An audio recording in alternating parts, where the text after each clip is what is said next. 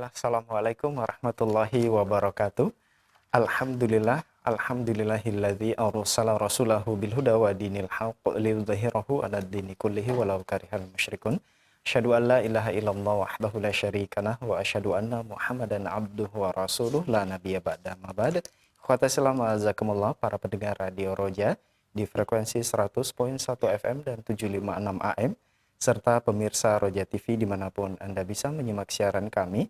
Apa kabar Anda di kesempatan Rabu pagi menjelang siang ini? Semoga harapan sehat selalu buat Anda beserta keluarga, dan tentunya semoga Anda semua dalam penjagaan dan perlindungan Allah Subhanahu wa Ta'ala. Amin ya Rabbal 'Alamin. Seperti biasa, di kesempatan ini kita berada dalam program Dapur Sehat Roja bersama narasumber Sinse Abu Muhammad Faris Al-Kianji Hafizahullah Ta'ala. Dan Alhamdulillah Sinse sudah bersama kita di kesempatan ini. Kita sapa terlebih dahulu. Assalamualaikum warahmatullahi wabarakatuh, Sinse. Waalaikumsalam warahmatullahi wabarakatuh. Alhamdulillah. Alhamdulillah sehat ya. Sehat. Barakallahu fiik. Wafikum. Nah, ikhwata Islam jazakumullah, setelah penyampaian materi, silakan Anda dapat bertanya secara langsung seputar kesehatan atau keluhan penyakit. Ikut kita akan simak materi yang akan disampaikan berkaitan dengan tema paru-paru, gangguan dan solusinya. Selanjutnya kami persilakan kepada Sinse. Fadhil masykur Sinse. Terima kasih. Bismillahirrahmanirrahim. Assalamualaikum warahmatullahi wabarakatuh. Alhamdulillah. Wassalatu wassalamu ala rasulillah wa ala alihi wa sahbihi wa man wala amma ba'd. Kaum muslimin rahimani wa rahimakumullah. Kita panjatkan segala puji syukur kita kepada Allah Subhanahu wa Ta'ala yang telah melimpahkan kurnia kepada kita, memberikan kepada kita kesempatan, kesehatan, sehingga hari ini kita kembali dipertemukan oleh Allah Subhanahu wa Ta'ala secara langsung. Salam serta salam semoga selalu senantiasa Allah curahkan kepada junjungan kita Nabi besar Muhammad sallallahu alaihi wasallam, kepada para keluarganya, para pengikutnya, ya, sahabat-sahabatnya, dan juga para tabi'in, tabi'ut tabi'in, seluruh yang mengikuti jejak sunnahnya hingga yaumil qiyamah. Dan adapun kemudian daripada itu, maka ini merupakan sebuah jeda dari program Dapur Sehat Roja, dikarenakan masa kabar tentang pandemi yang kemudian tentunya kita belum bisa untuk syuting, yang membuat video atau gambar yang kemudian disampaikan seperti biasanya. Maka dengan tidak mengurangi manfaat, mudah-mudahan yang kita sampaikan baik secara langsung ataupun secara tema yang di dapur, ya, kadang-kadang ada dapur live, ada dapur rekaman, gitu ya. Biasanya dapur rekaman, maka ini dapur live, ya, sama-sama dapur, ya, cuman bedanya sekarang tuh dapurnya di belakang, kompornya di belakang kompornya ada di belakang, di bawah, di belakang, kemudian sama sebelah sana ya kompornya, sebelah sana. Kalau di sini gitu ya, kalau kemarin biasanya kita nyalakan kompornya. Jadi sama-sama di dapur, tapi sama-sama ada live-nya, biasanya ada rekaman, ada live-nya. Ini sekarang live semua, alhamdulillah. Dan tema kali ini kan ini hanya sebuah jeda. Tadinya kita pilih-pilih materi apa yang hendak kita sampaikan.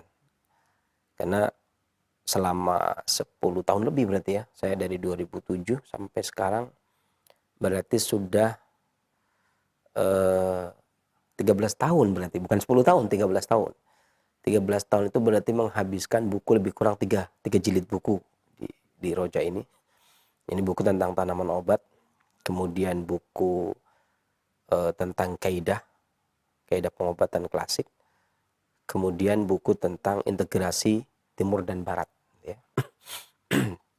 Dan buku kaidah pengobatan klasik ini 1 jilid, ya, pembahasan tentang ilmu pengobatan klasik, 1 jilid. Berarti itu di situ ada masuk gangguan pasutri, itu 1 buku sebenarnya.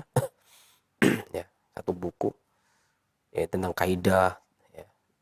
Kemudian dan banyak sekali yang sudah direkam, itu 1 buku, dan artinya total semuanya 3 buku dari 11 buku yang saya himpun Ya, saya tidak berani mengatakan karya saya karena memang saya banyak mengambil juga dari pendahulu-pendahulu saya. Dari 11 buku yang saya himpun, itu alhamdulillah selama 13 tahun ini kita menyelesaikan 3 buku ya. Belum selesai 100% sih. Karena ini juga masih tersisa, ada beberapa sisa-sisa. Dan ini kita nyuplik 1 buku ya, kaidah ringkas. Ini merupakan penjelasan ringkas dari Qawaidul Asasiyah fi Ulumit Tib. Ini penjelasan ringkasnya di jilid 1 ya, pembahasan tentang matan Qawaidul Asasiyah fi Ulumit Tib yang sengaja saya ambil dan saya dapat ini dari guru saya, pembahasan ini. Jadi berarti kalau dipikir total itu berarti masih sisa 8 buku ya, masih 8 buku, berarti 3 buku 13 tahun. 8 buku berapa tahun? Ya, dan di sela-sela itu saya masih menulis juga. Ya, alhamdulillah. Dan pembahasan kali ini kita masih mengambil, sebenarnya masih masuk buku Integrasi Timur dan Barat ini. Saya ambil dari Integrasi Timur dan Barat yang saya himpun, dan kami baru menyampaikan 30 permasalahan tentang buku Integrasi Timur dan Barat. Artinya baru sebagian sudah kita sampaikan dan ini belum selesai. Makanya kita akan menukil satu pembahasan Integrasi Timur dan Barat ini tentang gangguan organ paru dan solusinya. Mengenai organ paru, sebelum kita membahas tentang permasalahan-permasalahan yang ada pada organ paru, paling tidak kita harus mengetahui apa itu organ paru menurut kesehatan klasik. Jadi organ paru ini kalau dikatakan oleh Al-Imam Ibnu Qayyim Al-Jauziyah ini, adapun ar-ri'ah, Allah Subhanahu wa taala menjadikan ri'ah ini sebagai kipasnya kolbu. Ya, dia yang menyejukkan kolbu, membuatnya selalu segar. Sebab ia adalah organ yang paling panas. Jadi kolbu itu adalah organ yang paling panas.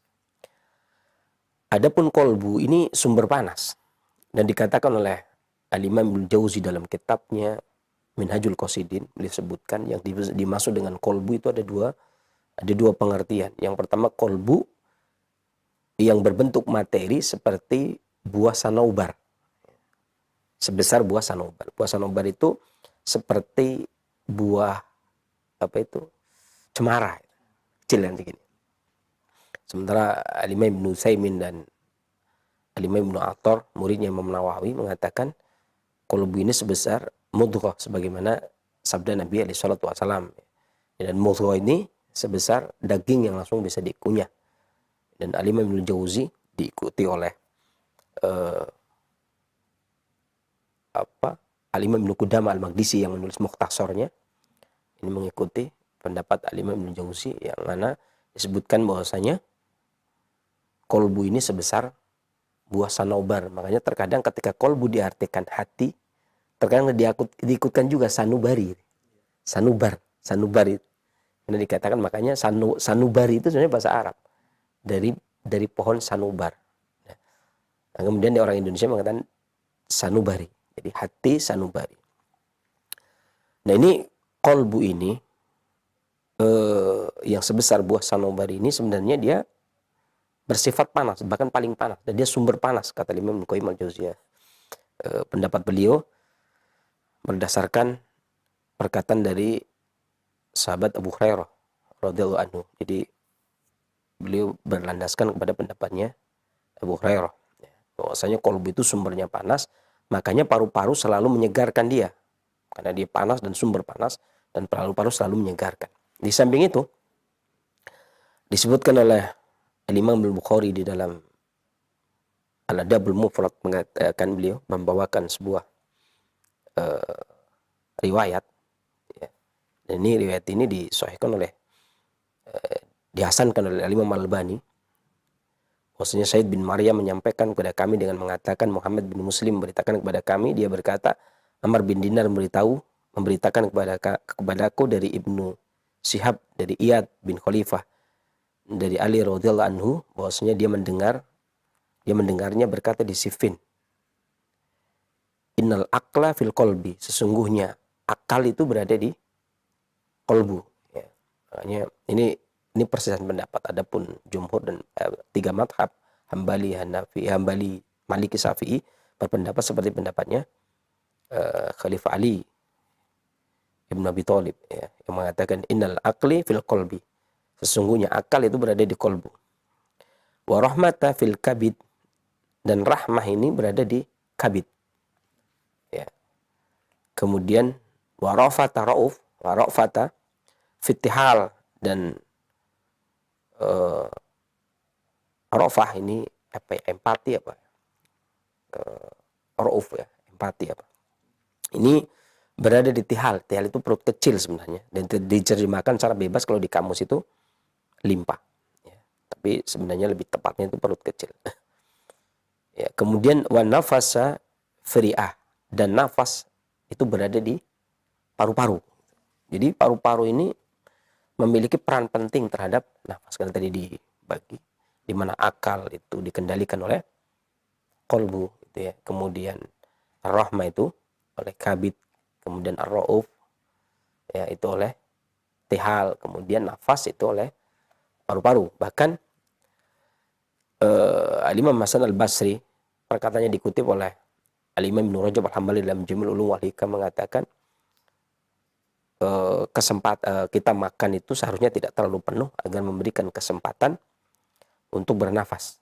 Nah, paru-paru berarti kalau penuh, paru-paru nggak bisa bernafas. Ya.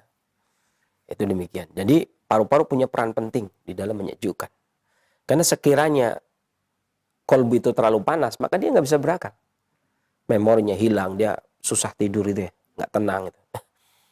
Nggak bisa berpikir dengan tenang. Maka ada 2 organ yang menyejukkan kolbu. Satu adalah paru-paru dengan hawa udara. Kemudian yang kedua adalah dimak, ya, otak. Hanya Imam Ibnu Qayyim menyebutkan dalam Miftah dari Sada, mengatakan fa inna dimak wa huwal muh. Yang namanya dimak itu isinya muh, sumsum. Dari sumsum ini kemudian turun menyejukkan cairan. Kata Imam Ibnu Qayyim, hikmahnya dimak dia taruh di kepala agar dia menyejukkan kolbu agar selalu bisa berakal. Ya, agar kolbu ini tenang dalam berpikir, ya, memorinya tetap. Dan di situ banyak ahli filsafat yang membantah perkataan Imam Ibnu Qayyim yang mengatakan bagaimana mungkin akal itu menjadi penyejuk kolbu sementara dia letaknya di kepala.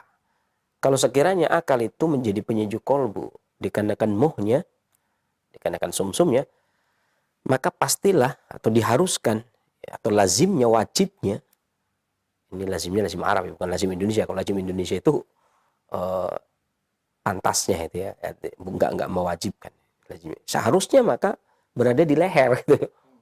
Karena dia menyejukkan di kolbu itu di dada, kemudian otak itu di leher. Harusnya dimak itu di leher, sehingga betul-betul bisa menyejukkan.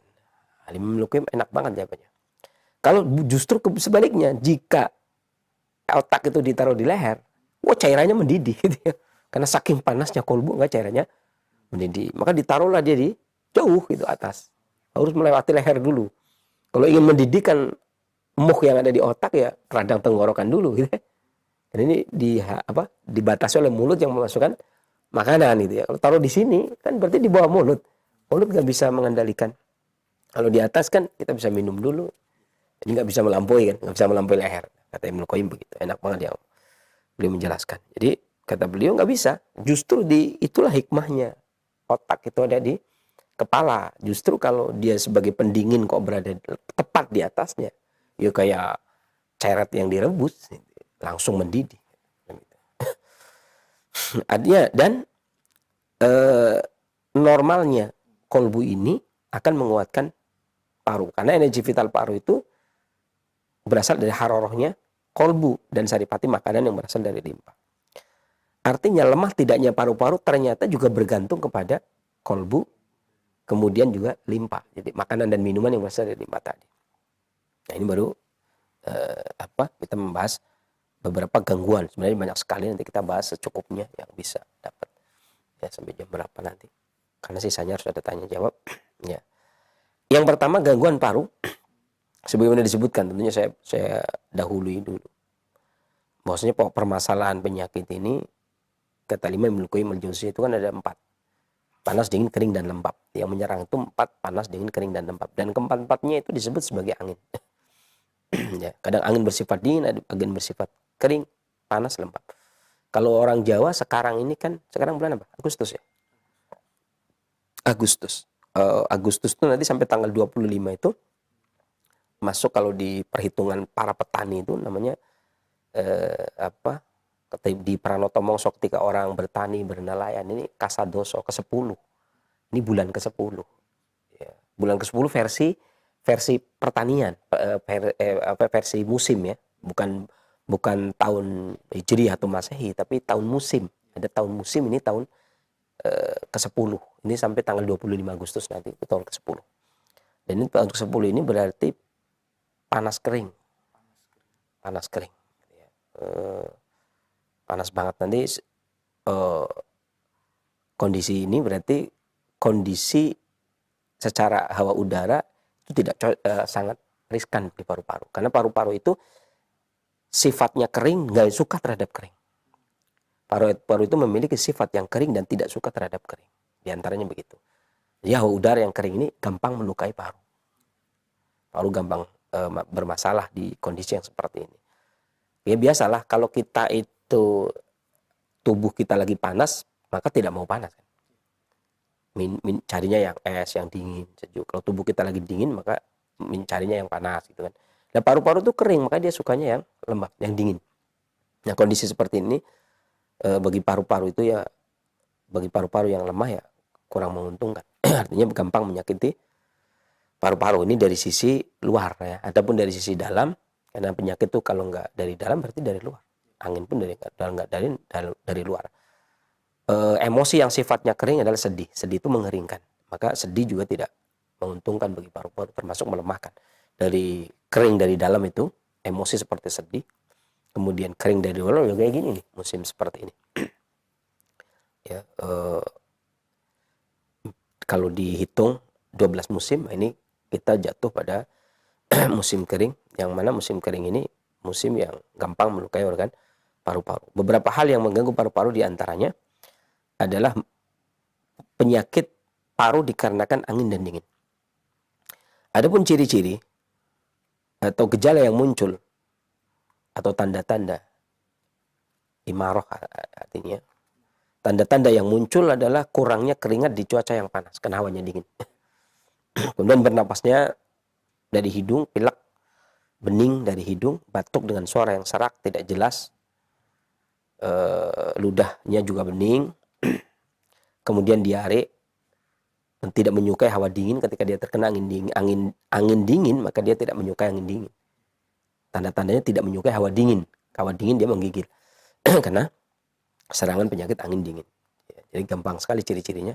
Kalau dia menggigil ya berarti kena angin dingin. Pusing, sakit kepala dengan pusing, suaranya paru pada awal sakit, gatal di tenggorokan. Ya. Kemudian kalaupun ada demam, demamnya ringan, suaranya lama-lama hilang. Ini yang bisa terjadi nyeri di tubuh yang berpindah-pindah tanpa tempat yang tetap karena angin itu sifatnya berpindah-pindah. Nyeri di persendian, hidung mampet, meriang lah, muntah, atau flu lah kalau orang bilang mungkin ya. Ini serangan angin dari luar. Maka pengobatannya dengan memperbanyak keringat, diantaranya ada ya, jahe, pepermin, lada, adas itu. Ya, ini kemudian kayu manis, serai, macam digunakan untuk menghangatkan. Itu yang pertama. Yang kedua dikarenakan angin panas. Gejala yang muncul adalah batuk dengan lendir, dengan disertai dengan lendir.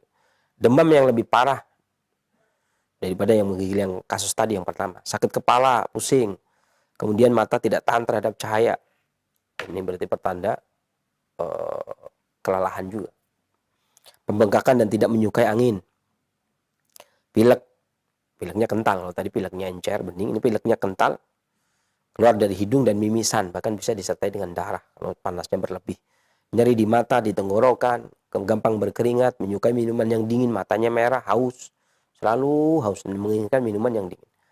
Terkadang serta dengan sakit gigi atau urinnya berwarna kuning, lendir dari hidung keluar, maka pengobatannya dengan obat-obatan yang dingin, karena ini panas ya.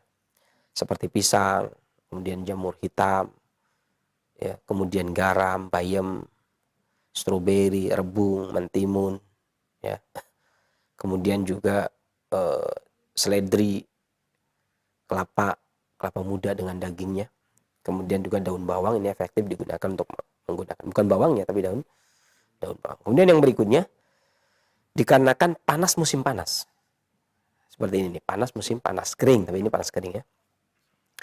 Gejala yang timbul adalah ketidaknyamanan pada dada. Jadi nafasnya itu nggak nyaman.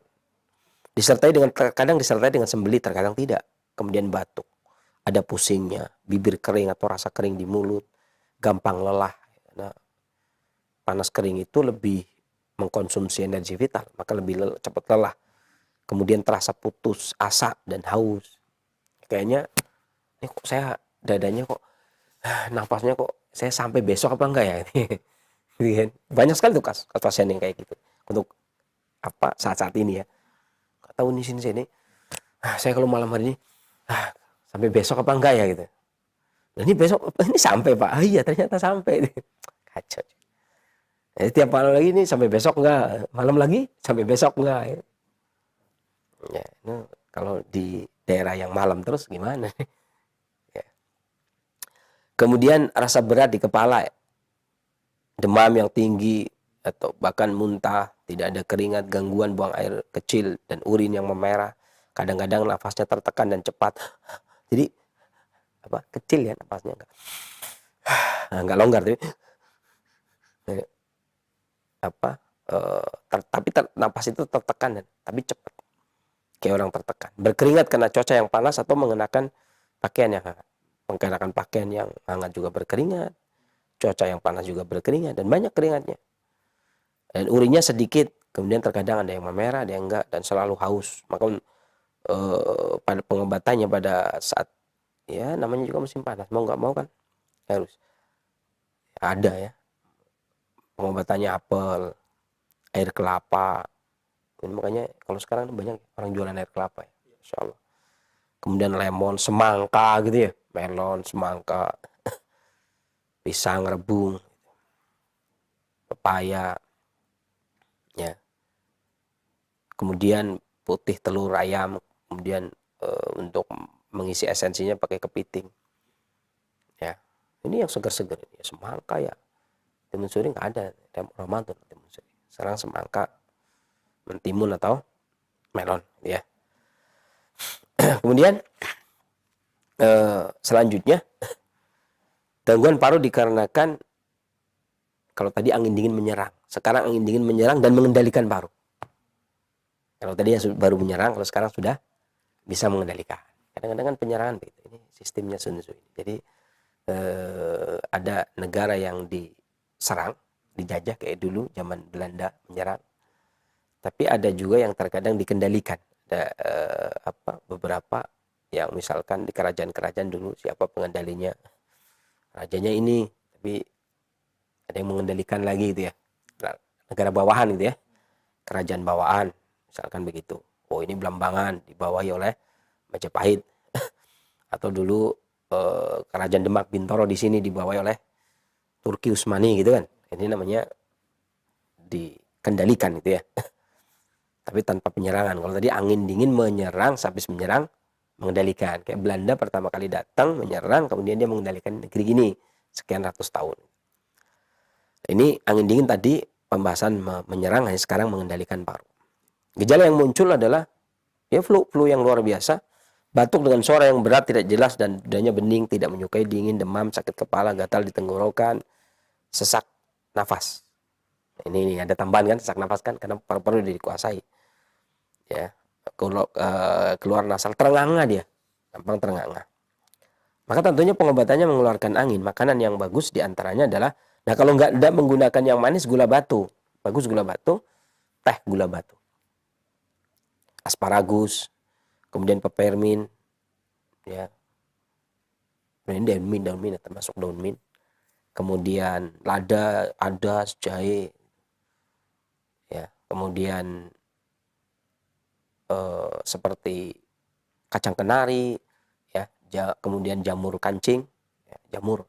Ya, ini juga efektif digunakan. Atau kencur, mengunyah kencur saat nyasak. Atau air sereh direbus 1 liter, kemudian dikonsumsi selama 1 harian. Kemudian yang berikutnya, angin panas yang menyinggung paru-paru. Ini tadi angin panas baru menyerang, ini sekarang sudah menyinggung, menguasai paru-paru. Jadi bahasanya beda, kalau angin dingin menguasai, kalau angin panas menyinggung, karena paru-paru prinsipnya itu dia penyegar. Penyegar kok dikuasai oleh panas. Ya. Bahasanya, bahasa sastranya begitu. Ini flu-nya biasa, kalau tadi luar biasa, flu-nya biasa. Batuk dengan lendir, tidak menyukai angin, demam, lubang hidungnya berkerjap-kerjap, lubang hidungnya. Kemudian sakit kepala, nyeri di dada, nyeri tenggorokan, kemudian juga berkeringat, sakit tenggorokan, ludahnya mengandung darah. Maka pengobatannya seperti apel, kemudian lemon, ubi jalar, tahu sutra, tahu ya, tomat, kemudian gula putih. Atau terkadang ada juga kekeringan di paru, seperti sekarang ini, musim seperti ini. Paru-paru kering karena angin luar.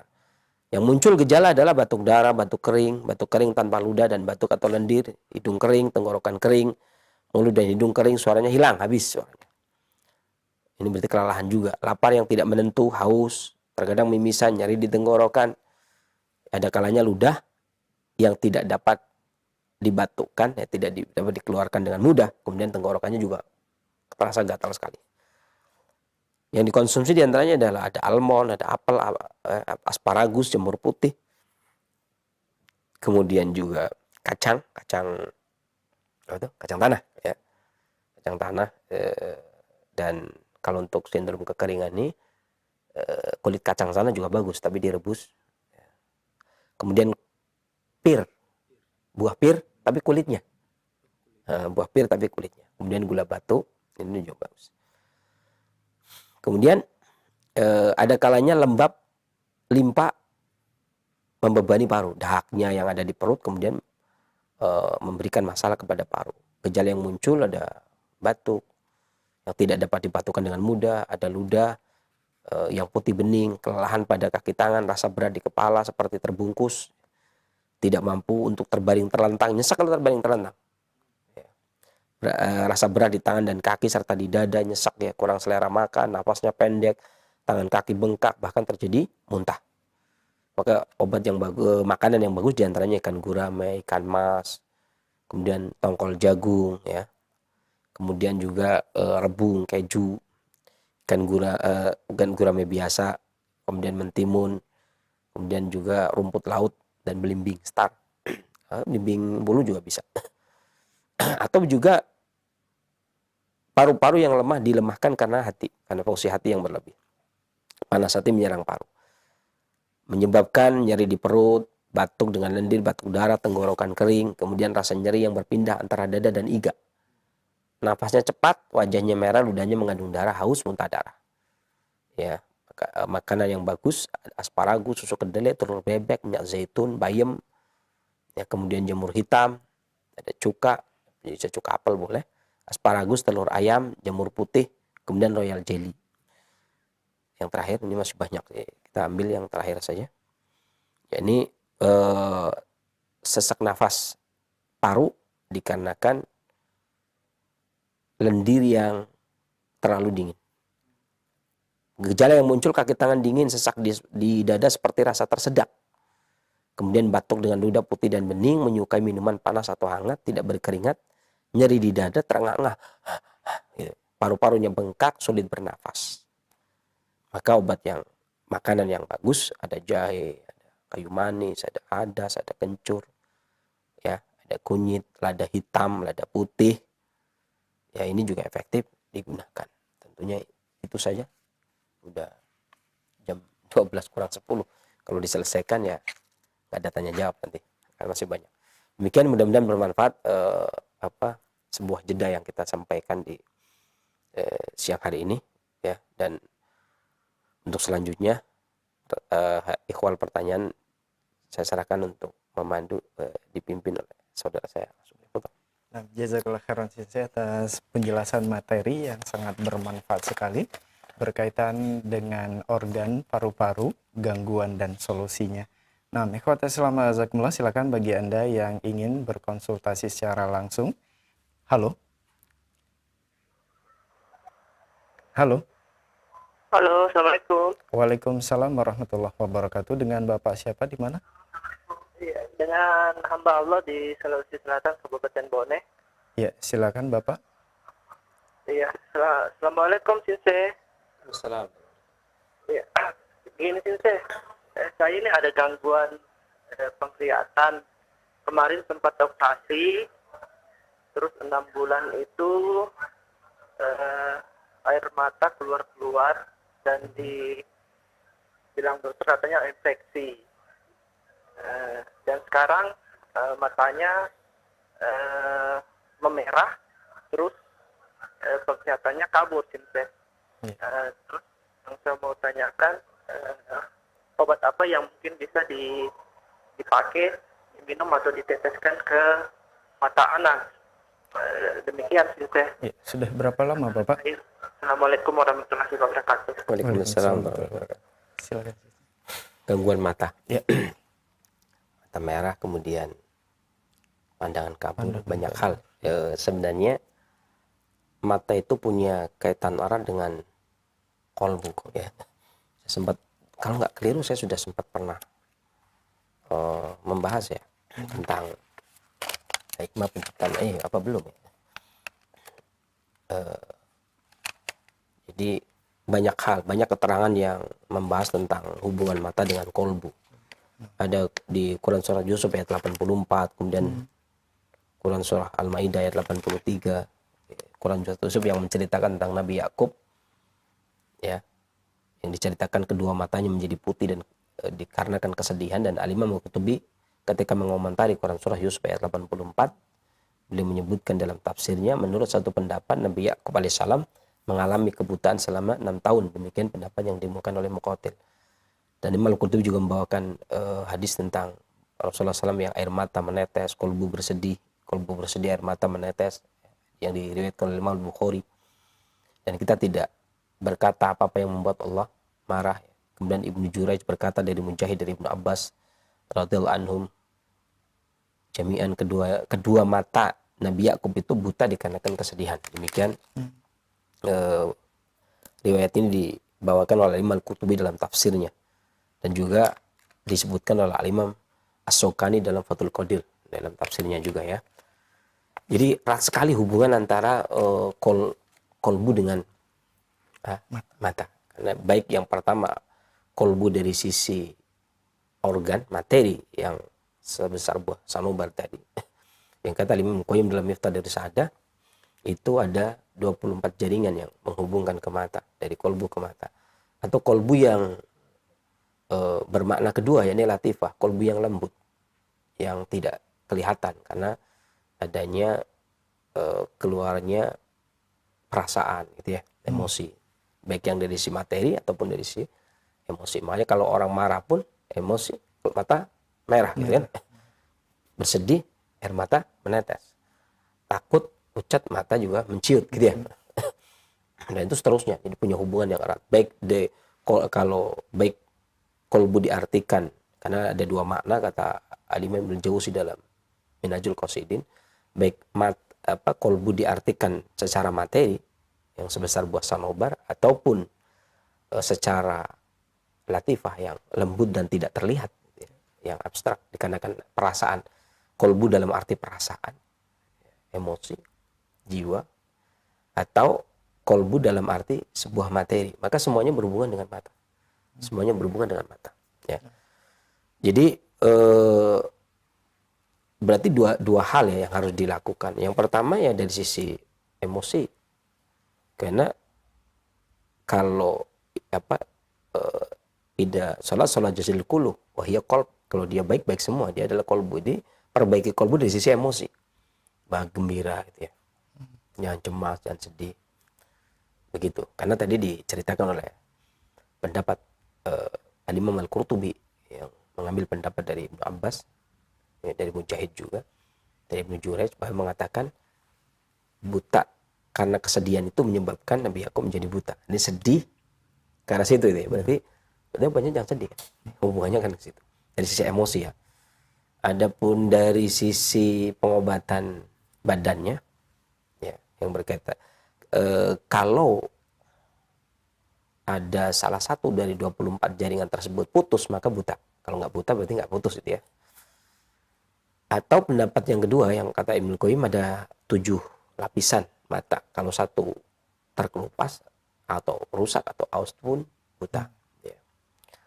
Maka pengobatan mata saya menyarankan kalau sesuai dengan undang-undang yang diterbitkan oleh pemerintah kita dari tahun berapa 70-an beliau 73 atau 76 saya punya undang-undangnya lupa karena jarang buka itu tentang larangan obat tradisional pengobatan tradisional membuat tetes mata maka kalau tetes mata selain ini berarti boleh. Kadang-kadang saya bicara begini dikira, wih pro dokter, bukan pro dokter, nyampaikan undang-undang, bukan masalah pro dokter, bukan pro tradisional pro dokter. Saya cuma menyampaikan undang-undang. Mau ditaati ya, alhamdulillah. Kalau nggak ditaati ya, ya jangan.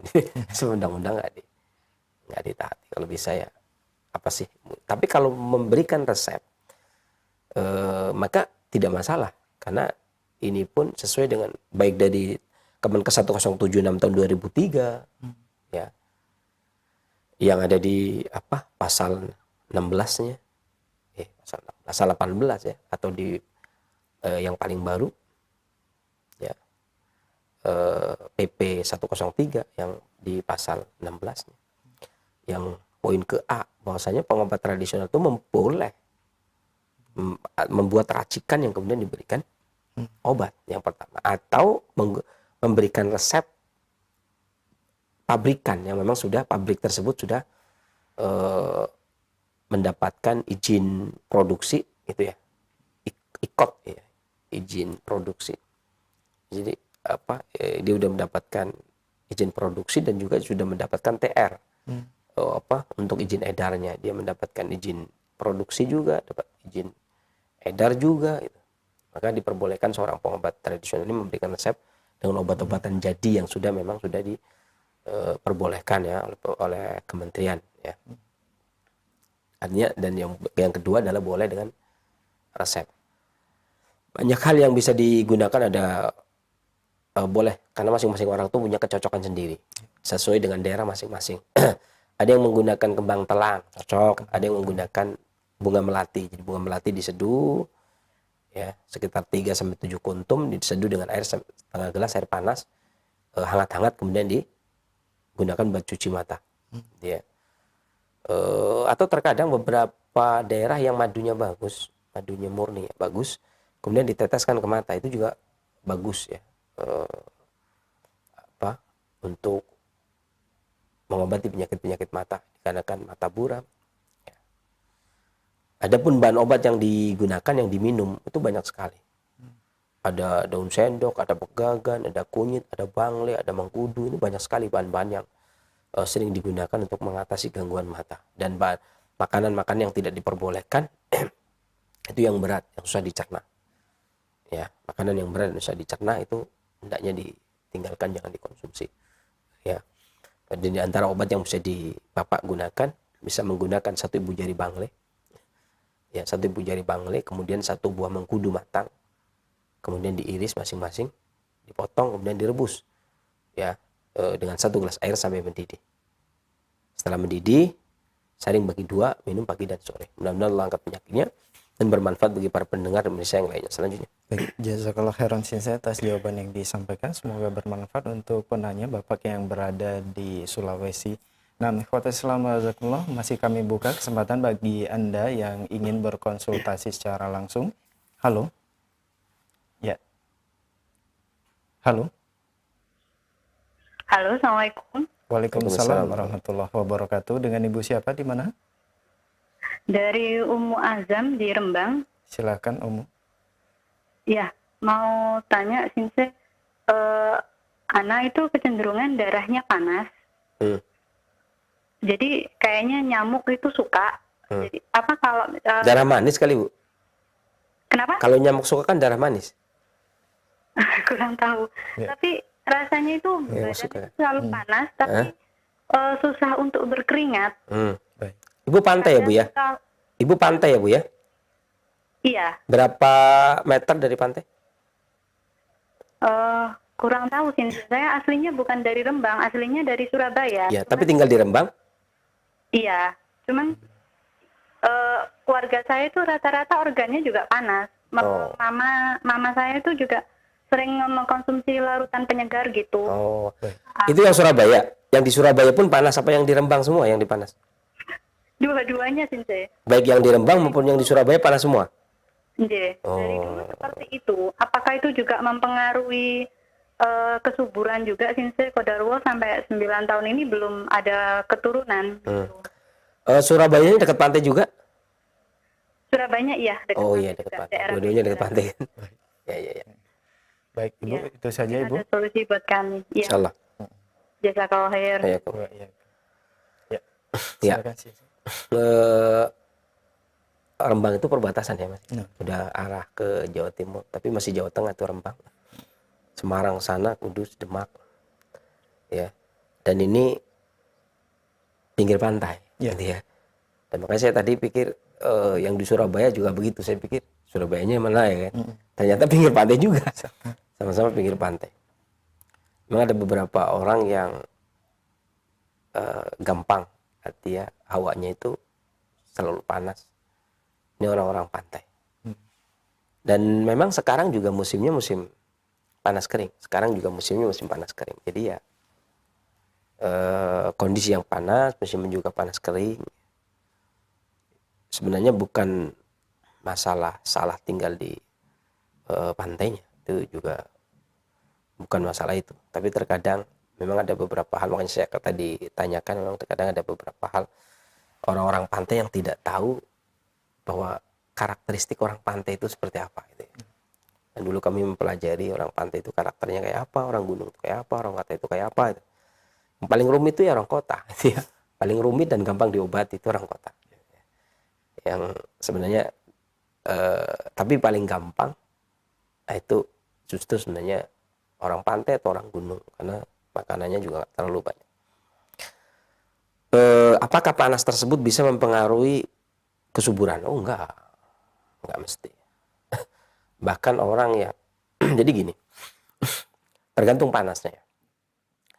Ada kalanya beberapa orang yang tinggal di daerah pantai itu karena saking panasnya, hati limpa tidak harmonis, karena terjadi gangguan haid, karena terjadi penyumbatan pengiriman energi vital dari jantung gampang bagus, tapi dari hati ke rahim itu terhambat ya, sehingga pembuluh rahim itu tidak terpenuhi dan justru ternyata malah larinya ke penguasaan paru, yakni ke pori-pori.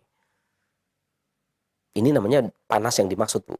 Apakah saya tidak punya keturunan karena darah panas? Sebentar dulu, kalau memang darah panas tadi melukai organ paru sehingga keluar dari pori-pori, artinya setiap bulannya ketika jadwalnya haid itu nggak keluar lewat rahim, tapi keluarnya dari pori-pori gitu ya.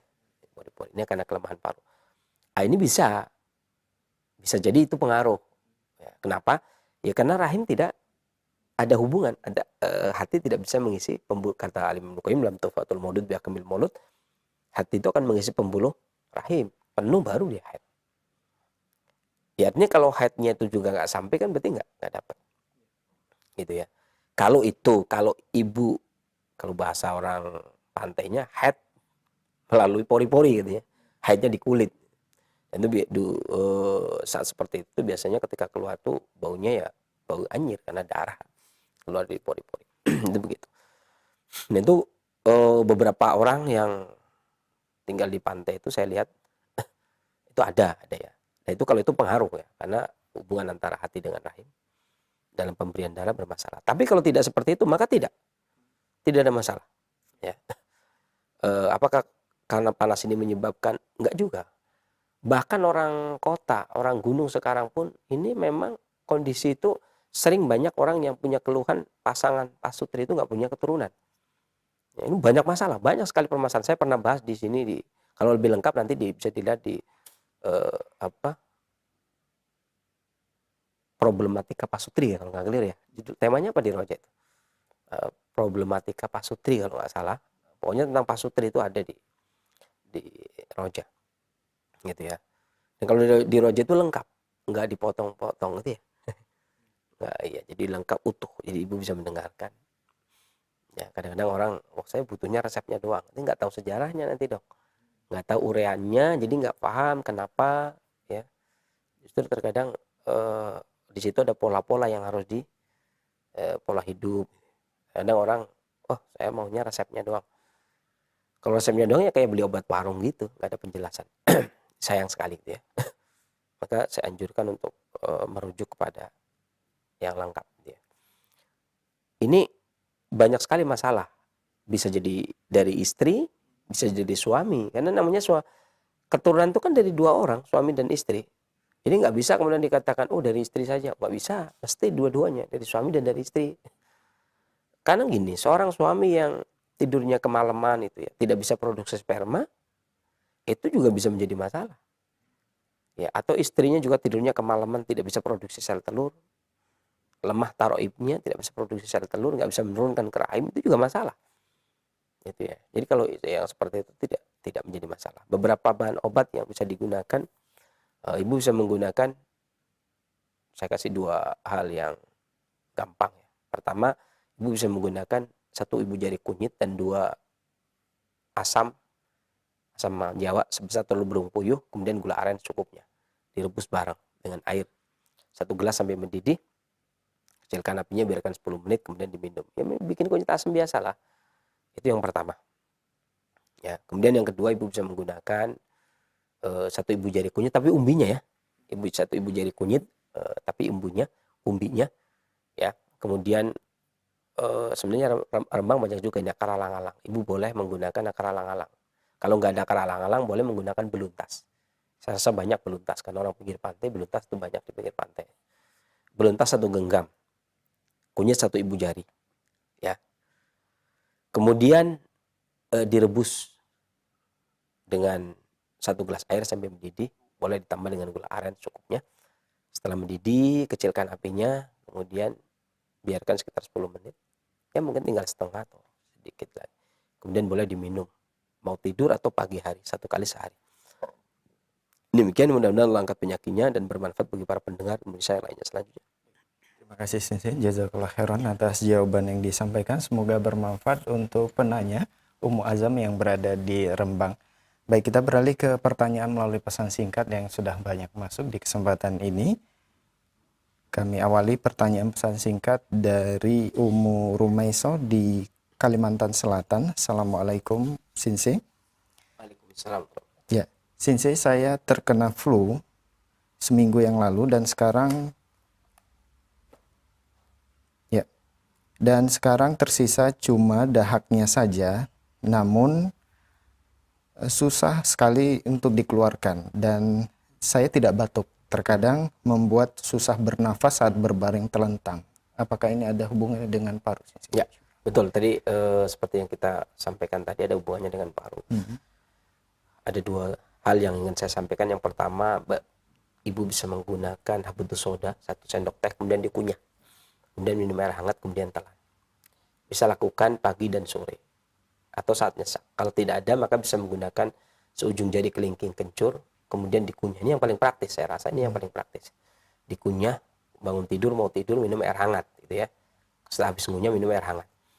Atau kalau memang pingin untuk keseharian, maka bisa menggunakan serai, 3 batang serai yang biasa buat masak itu, kemudian direbus dengan air sekitar 3 gelas, ya, kemudian sampai mendidih, ya, kasih gula batu atau gula aren, kemudian gunakan untuk minuman selama seharian.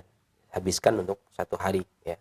Nggak usah langsung gogok habis, tapi pagi berapa, pagi 1 gelas, ya 1 gelas.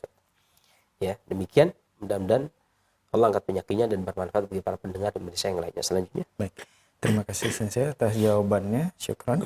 Dan pertanyaan berikutnya masih dari pesan singkat Ummu Abdullah di Jakarta. Assalamualaikum warahmatullahi wabarakatuh Sensei. Waalaikumsalam. Sensei, anak saya umur 3 tahun akan tetapi belum bisa atau belum mau berbicara. Kalau dipanggil dia bisa merespon akan tetapi tidak mau berkata. Ini bagaimana solusinya Sensei? Permasalahan anak pernah saya bahas tentang gangguan anak dan solusinya di sini juga. Tentunya lebih lengkap, kalau lebih lengkap ya silakan dikoprek-koprek ke YouTube Roja atau iya gitu ya, Ya. atau website ya, website Website Roja, atau pokoknya Radio Roja bisa gitu ya, TV Roja juga bisa. Itu lengkap di sana. Kemudian anak-anak ini seringnya permasalahan di limpa dan di paru sebelum usia 7 tahun, ya. Ini belum sempurna fungsinya, sehingga banyak terjadi masalah di situ. Tetapi kalau tidak bisa bicara itu harus dicek dulu. Apakah memang karena telinganya nggak mendengar? Karena orang yang nggak mendengar ya dia nggak tahu mau ngomong apa orang dia. Ya. Nggak mendengar itu ya. Makanya orang yang tuli, ya bisu. Gitu ya. Dari kecil tuli, dari kecil ya lahir ya. Iya, benar. Tuli maka dia bisu. Karena dia nggak dengar orang ngomong. Jadi dia nggak bisa menyampaikan bahasa karena nggak ada yang didik, nggak ada yang ngasih tahu ngomong apa ayah, ibu, mama, papa, ya, Ya. abi, umi, abah, nggak ada yang ngasih tahu ini apa ya kan karena nggak dengar. Ya, itu dicek dulu apakah karena tidak dengar. Kalau dari lahir nggak dengar ya berarti ini kelainan. Ya, dicek dulu makanya. Tapi kalau karena tumbuh kembang, ya, ada masalah di peredaran darah di lidah misalkan, atau masalah tumbuh kembang dikarenakan suara itu, akar suara di ginjal, pita suara sampai ke pita suara ya, yang menguasai pita suara dari akarnya, kemudian dibantu oleh paru kemudian keluar. Ini yang menyebabkan pendapat ini yang menyebabkan pengobat klasik itu mengetahui mana ibu yang sudah hamil, mana yang tidak hamil. Karena dia punya pendapat akar suara itu berasal dari ginjal. Jadi dari ginjal mengirim energi ke pita suara baru keluar. Kalau sekiranya akar suara itu berasal dari paru-paru, niscaya seorang pengobat klasik tidak bisa membedakan mana ibu sudah hamil, mana ibu yang tidak, yang belum hamil gitu ya. Makanya itu sebagai alasan. Oh, sudut pandangnya beda. Iya, namanya juga perbedaan ya. Kalau itu karena tumbuh kembang, peredaran ya hanya sekedar di masalah peredaran darah di lidah itu ya bisa dikerok. Banyak sih orang yang menggunakan terkadang pakai cincin emas, tapi sering kita juga menggunakan yang apa, daun kelapa, itu janur ya. Ya, kemudian dikerokkan ya sebenarnya terapi sih di lidahnya. Kalau ini masalah peredaran darah di lidah, atau kalau memang dari tumbuh kembang itu dari limpa dan paru itu sendiri, ya nggak bisa bicaranya karena paru yang nggak bisa membantu mengurusi pita suara, Ya. Maka bisa menggunakan daun mint atau menggunakan teh pegagan. Banyak sekali itu udah dijual tuh teh pegagan di seduh, gunakan sebagai harian, minum pagi dan sore. Kalau nggak teh pegagan bisa juga menggunakan lala beluntas. Ya, tapi yang efektif saya rasa dan gampang didapatkan adalah teh daun begagan. Ya, gunakan tehnya daun begagan. Demikian, mudah-mudahan Allah angkat penyakitnya dan bermanfaat bagi para pendengar dan pemirsa yang lainnya. Selanjutnya. Baik. Jazakallah khairan Sinse atas jawaban yang disampaikan. Semoga bermanfaat untuk penanya Ummu Abdullah yang berada di Jakarta. Masih pertanyaan melalui pesan singkat kembali dari Ummu Azizah di Kabupaten Bogor. Assalamualaikum Sinse. Waalaikumsalam. Sinse, saat ini saya sedang merasakan sakit ketika menelan. Setelah dilihat di kaca, ternyata amandel kambuh. Ini bagaimana solusinya, Sinse? Ya. Hampir semua, kalau sudut pandang pengobatan klasik, hampir semua peradangan dari dalam dan hampir semua pembengkakan itu dari limpa. Gangguan amandel ya seharusnya makanan. Ya. Biasa orang lah pada paham makan coklat, makan es tuh. Bagi orang yang rentan, ya saya tadi bilang amandelnya rentan, itu ya seharusnya hindari. Ini namanya al-himyah, ya kan? Al-himyah anil mudi, menjaga diri dari perkara-perkara yang kalau datang menyakitkan dia. Jadi bukan mengharamkan makanan, akan tetapi menjaga diri. Karena yang namanya takwa juga menjalankan perintah, menjauhi larangan gitu ya. Menggunakan kaidah tersebut, maka yang namanya sehat juga menjalankan perintah, menjauhi larangan. gitu kan?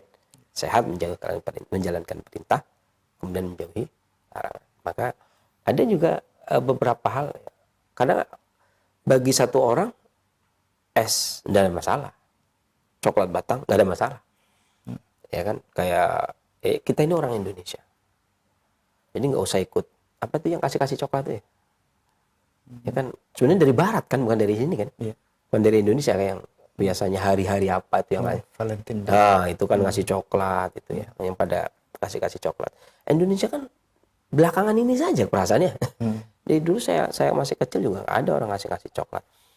Singkong aja nggak ada ngasih coklat, pura-pura ngasih coklat. Jadi ya, jadi nggak ada ya seperti itu. Jadi itu kadang gini ya, bukan berarti kita anti budaya luar, cuman terkadang budaya di sana itu nggak ada masalah bagi mereka. Misalkan orang sana makan coklat, sah-sah saja, karena musimnya gitu. Kalau di coklat itu lembab loh, lembab panas. Kita negeri kita lembab, tambah lembab, lembab panas. Ya, sementara orang dari sana musimnya kayak Arab misalkan.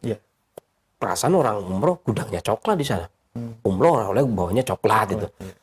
Ya, mau negara lembab dibawain makanan panas lembab.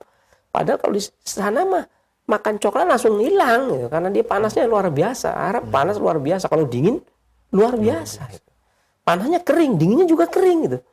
Orang kalau musim dingin saja bibir jontor semua kan, musim dingin. Dinginnya dingin kering, mengalahkan AC di sini. Bibir jontor semua. Gitu. Panasnya jangan ditanya kalau panas ya. Musim dingin aja di sini udah hitam, jontor semua, luka semua, makan kuahnya perih. Jadi makan coklat yang lembab itu ya karena di sana kering ya. Ya bagus lah menopang. Artinya dia butuh kelembapan. Kalau makan coklat itu ya sah. Nah, orang kemudian kita datang ke sana bawa oleh-oleh yang khusus makanan sana. Dari sana. Di sana butuh lembab, silahkan. Nah, di sini anti lembab, kan udah lembab makan ya kacau. Begitu. Jadi kadang-kadang jadi budaya di Timur Tengah pun kadang-kadang nggak cocok ya, budaya makan coklat. Saya kan coklat banyak tuh, wah orang oleh-olehnya coklat. Ya, ada yang bilang enak. Kalau saya sih nggak tahu ya, nggak pernah juga. Kalau beli pernah, makan nggak pernah. Kalau beli kan buat pantas-pantas ya, orang bawa oleh-oleh ya, kayak gitu, orang pesannya coklat ya, saya bawain. Gitu. Masalah apa sakit apa enggak ya kita nggak tahu kan, karena dia butuh. Gimana rasanya? Kalau saya sendiri nggak tahu. Jadi semenjak coklat batangan diiklankan di Indonesia itu dari tahun 80-an gitu.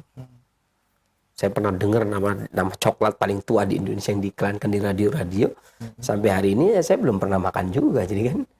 Karena saya pikir saya itu pengobat, saya itu tahu betul ini tuh nggak butuh badan saya. Badan saya udah lembab, ngapain saya masukkan bahan yang lembab. Sementara es ini dingin kering. Ya, dan ini juga nggak bagus, bisa jadi radang, ya bagus bagi amandel juga nggak bagus, tenggorokan juga nggak bagus, badan juga nggak bagus. Ada dua hal yang bisa digunakan, silahkan mau menggunakan yang mana. Boleh menggunakan air mengkudu, ya. Mengkudu yang putih diambil kemudian didiamkan semalaman biar dia agak lembek, terus ambil airnya kemudian digunakan buat kumur, kemudian boleh ditelan, ya. Atau air nanas juga boleh. Kalau nggak ada mengkudu, air nanas juga boleh. Atau bisa juga menggunakan air kunyit 1 ibu jari, tapi yang umbi, direbus dengan 1 gelas air sampai mendidih, kecilkan apinya lebih kurang 10 menit, kemudian diminum. Ya, ini lakukan pagi dan sore. Ya, demikian mudah-mudahan mengangkat penyakitnya dan bermanfaat bagi para pendengar Indonesia yang lainnya selanjutnya. Baik, jazakallah khairan Sensei atas jawabannya. Semoga bermanfaat untuk Ummu Azizah yang berada di Kabupaten Bogor yang telah bertanya. Nah, ikhwata Islam azakumullah, silakan bagi Anda yang ingin berkonsultasi, bertanya secara langsung. Halo. Ya, Assalamualaikum. Waalaikumsalam. Dengan Ibu siapa di mana? Dengan Ibu Muhni di Muara Bungo. Muara Bungo Jambi ya, Ibu? Iya. Silakan, Ibu. Iya. Ini saya 9 tahun yang lalu ada penyakit pengapuran tulang. Penyakit apa, Ibu? Pengapuran tulang. Pengapuran ya. Dan setahun setengah kemudian saya ada benjolan di leher.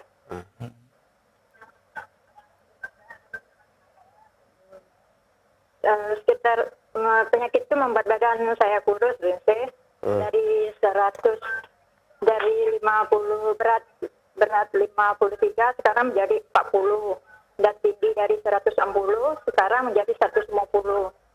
Tingginya 160 jadi? Apa sih saya? Tingginya berapa? 160 jadi? 150. 150. Dari tinggi 160 jadi 150. Iya, Iya, kurang 10 cm. Berkurang 10 cm. Nah, sekarang ini saya sakit di dada, nyeri sampai ke tulang punggung belakang. Karena 2 minggu yang lalu saya mabuk perjalanan. Mabuk perjalanan? Iya, muntah. Jadi dada ini sakit, sesak, susah bernapas. Waktu saya minum air tambah susah bernapasnya. Ya. Sekarang ini masih sakit, saya sering batuk, susah kalau mau batuk karena sakit di dada. Saya sering nyeri-nyeri di badan. Di perut saya ini kadang-kadang seperti ada keringat malam. Ya. Satu seperti jerawat-jerawat kayak gitu, saya. Baik. Usia berapa Ibu? Apa sih, saya? Usia berapa tahun Ibu? Sudah 43, saya. 43 ya tak kira. Ya. Jadi mohon solusinya, saya. Baik. Apakah ini sakit paru-paru? Apa solusinya, saya? Baik, mohon ditunggu jawabannya. Assalamualaikum. Waalaikumsalam warahmatullahi wabarakatuh. Jadi ya ini sakitnya sebenarnya bukan sakit dari awal, walaupun diceritakan dari awal pengapuran gitu ya. Ya. Karena walaupun satu tubuh tetap saling ada mata rantai yang berkesinambungan. Karena lemahnya energi vital ginjal juga pemasok energi vital di seluruh tubuh juga yang mengedarkan juga paru-paru kan. Jadi punya hubungan juga kalaupun dihubungkan, walaupun secara kalau pengeromposan tulang itu kan dari sisi esensi energi cuma pengiriman saja. Itu biasanya esensi ginjal yang berkurang. Tapi tulang itu sangat memberikan pengaruh yang besar. Kemudian ketahuan benjolan di leher itu juga dari limpa. Maka pasokan esensi dari ginjal juga bisa jadi keterlambatannya juga dari limpa tidak bisa mentransmisi saripati makanan menjadi rutubah. Ya, menjadi makanan menjadi saripati makanan, mentransmisi makanan menjadi saripati makanan dan mendistribusikan saripati makanan ke organ-organ yang berkaitan atau yang membutuhkan. Gitu ya. Pakai ini gangguan paru secara umum demikian. Secara umum demikian, apalagi tadi kulit itu juga berhubungan dengan paru. Ya, mengeringnya paru memberikan dampak pada keringnya esensi ginjal. Jadi kalau ditarik dari paru juga bisa. Mengeringnya paru-paru kan sifatnya kering, nggak suka dengan yang kering. Paru-paru kering akan mengakibatkan sesak, mengakibatkan gatal gitu ya, gangguan di kulit. Kemudian paru-paru bermasalah juga akan mengakibatkan kekeringan ya, seluruh tubuh karena dia sifatnya kering. Kering itu mesti yang disalahkan paru. Keringnya esensi di ginjal ke tulang itu yang disalahkan juga paru-paru. Tetapi kalau paru-paru sendiri disalahkan secara mutlak juga nggak mau, karena dari saripati makanan berasal dari perut besar dan perut kecil. Perut besar dan perut kecil disalahkan mutlak juga nggak mau, karena dia bisa mencerna, nggak bisa mencerna dari haroro dari kolbu, ya kan? Kolbu mau disalahkan ya tergantung manusia orangnya, ini baru orang ini masalah makannya, masalah tidurnya gitu ya. Masalah kehidupannya itu ya, kembali kepada diri sendiri ya. Walaupun secara umum nantinya yang paling ya ginilah, paling gampang saja, orang kan apa-apa kalau terjadi pada sebuah kerajaan yang disalahkan rajanya gitu ya, panen nggak berhasil raja yang salah, padahal kan ada bagian yang ngurusin kan, ada bagian yang ngurusin, itu ada maha menteri, perdana menteri, ada para punggawa kan yang mengurusi pertanian itu kan. Ini waduh di daerah sana panennya gagal, gimana nih raja? Kan aneh juga sebenarnya. Tapi itu tadi resiko. Ya, kalau dia terperosok di Irak juga yang tanggung jawab penguasa gitu ya. Padahal nggak ada hubungannya jauh. Jangan kasarnya begitu. Tetap saja kolbu punya erat kaitan hubungan karena dia membentengi dari pertahanan tubuh ataupun dari sisi emosi. ya kan? Karena walau bagaimanapun juga lemahnya paru bisa dari angin luar, bisa dari emosi, sedih. Ya emosi juga dari kolbu-kolbu juga, kan?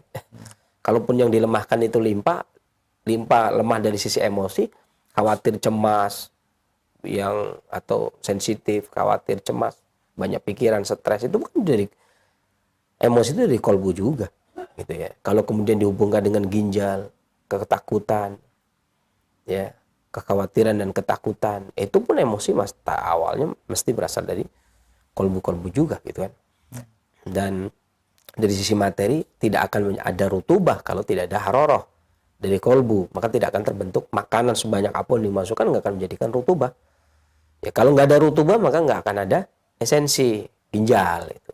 Nggak ada esensi ginjal ya tulang keropos, nggak dapat asupan. Ya paru-paru kering dong. Ya ini saling berkaitan. Beberapa obat yang bisa digunakan, saya sangat menganjurkan ibu itu mengkonsumsi 1 genggam daun beluntas, kemudian 1 ibu jari kunyit, ya, kemudian 1 batang serai, 1 ibu jari jahe. Saya ulangi, 1 ibu jari jahe, kemudian 1 ibu jari kunyit, kemudian 1 genggam daun beluntas, kemudian 3 batang serai. Rebus dengan air lebih kurang 3 gelas. Sampai mendidih, angkat, saring. Boleh pakai gula aren. Ya, saring bagi 3 atau gula batu. Saring bagi 3, minum pagi, siang, dan sore.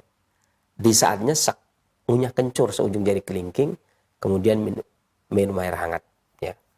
Demikian, mudah-mudahan Allah angkat penyakitnya dan bermanfaat bagi para pendengar dan Indonesia yang lainnya. Selanjutnya. Baik, jazakallah khairan saya atas jawabannya dan semoga bermanfaat untuk ibu yang telah bertanya di Muara Bungkung, Jambi.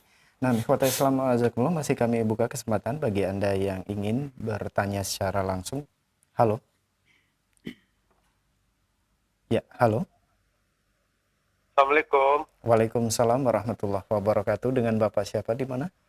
Dengan Doni di Bogor, Pak. Silakan Pak Doni. Ya.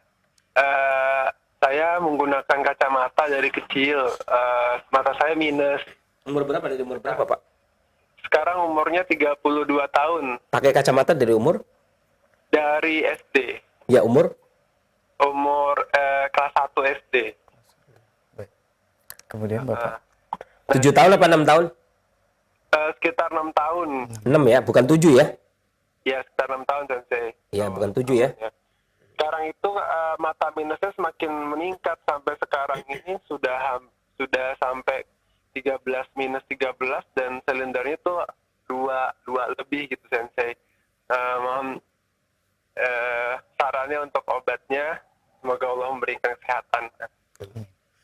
Baik. Assalamualaikum. Waalaikumsalam warahmatullahi wabarakatuh. Silakan. Iya, kalimat kecil itu penting sekali umur ya. Untuk orang Indonesia. Karena ada esensi dan energi prenatal, yakni pra pembentukan, ada esensi dan energi pasca pembentukan. Orang disebut dapat pengaruh sakit dari esensi dan energi prenatal yang mendapatkan dari energi di pra pembentukan. Itu juga punya pengaruh kalau dia pada lelaki usianya sebelum sampai 8 tahun. Maka yang dicurigai adalah energi pra pembentukan atau esensi pra pembentukan. Adapun kalau usianya lebih dari 8 tahun, setelah 8 tahun, maka yang dicurigai adalah bukan energi prenatal atau energi pra pembentukan, tapi yang dicurigai adalah energi atau esensi pasca pembentukan. Ini bagi kami penting sekali, ya.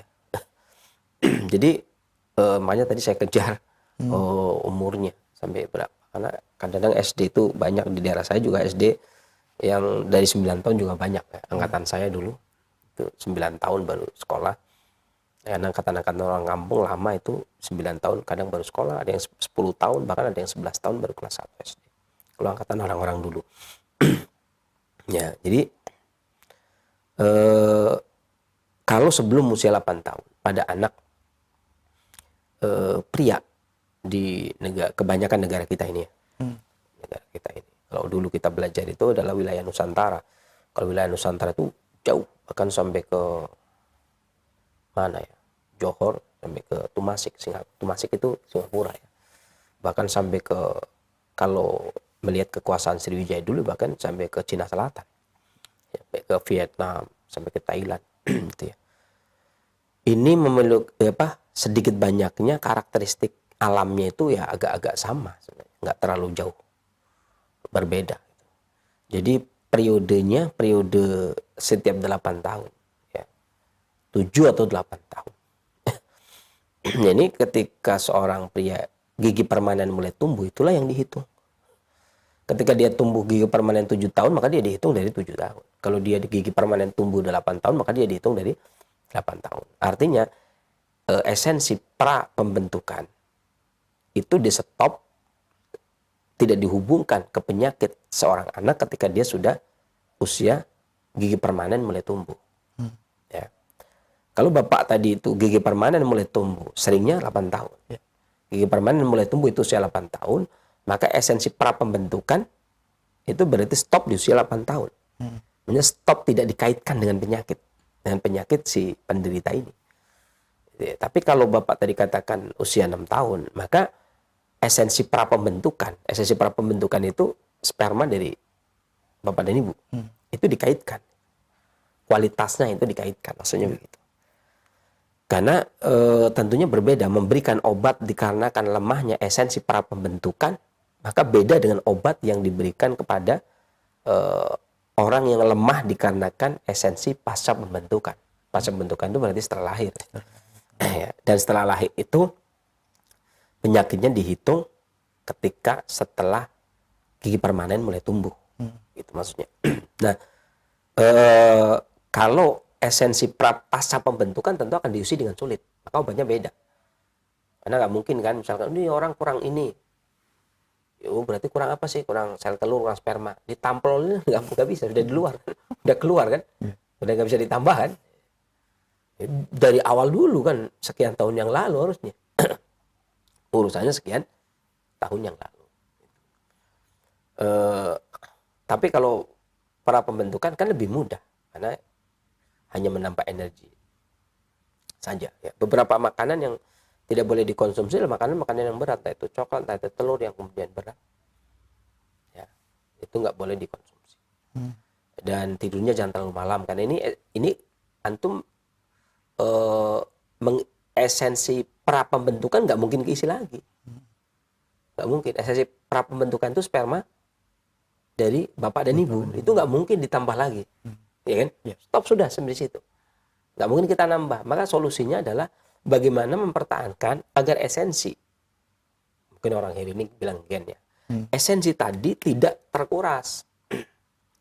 Artinya antum harus membuat esensi atau rutubah dari saripati makanan dan minum yang bisa digunakan untuk keseharian. Jangan sampai ngambil harta waris. Gitu. Maksudnya harta waris itu esensi waris. Esensi yang berasal dari orang tua. Kemudian kepake terlalu banyak. Nantinya akhirnya ya warisannya habis. Cepat habis ya antum nggak kelar-kelar urusannya. Ya, karena warisan orang tua kan sebenarnya warisan yang kita orang tua belum meninggal aja kita udah diberikan ya. Masing-masing punya dapat esensi dari orang tua. Makanya ada bin. Ya. Kemudian kita lahir kita mengembangkan itu loh. Kita upaya sendiri. Jangan sampai harta karun yang diberikan oleh orang tua, energi, esensi dan pembentukan jiwa dari orang tua ini terkuras itu. Kepake gitu ya istilahnya. Jadi kita berarti harus berupaya sendiri, pola hidup sendiri agar itu tidak terlalu terkuras habis. Namanya membentuk esensi pasca pembentukan janin maksudnya. Makanya tidur jangan terlalu malam. Karena disitulah kita bisa produksi rutubah. Dengan produksi rutubah, produksi esensi, produksi energi. Begitu. Maka tidur jangan terlalu malam, makan makanan yang bergizi, buah-buahan, jus, sering minum jus setiap hari. Entah itu stroberi, entah itu apel, entah itu jeruk, entah itu wortel ya. Ya nggak harus setiap hari wortel, enggak harus setiap hari lobak, enggak. Ya paling tidak ya wortel 2 hari sekali lah. Ditambah dengan air jeruk, kemudian jus stroberi, pir, pokoknya usahakan minum jus ya tiap harinya. Makannya sup kalau sore hari mau tidur sore hari batas maksimal makan itu menjelang isya atau sebelum isya. Kemudian tidurnya lebih cepat ya. Hindari makanan-makanan yang terlalu berat untuk tubuh, hanya banyak menjadi lendir, itu juga dihindari gitu ya.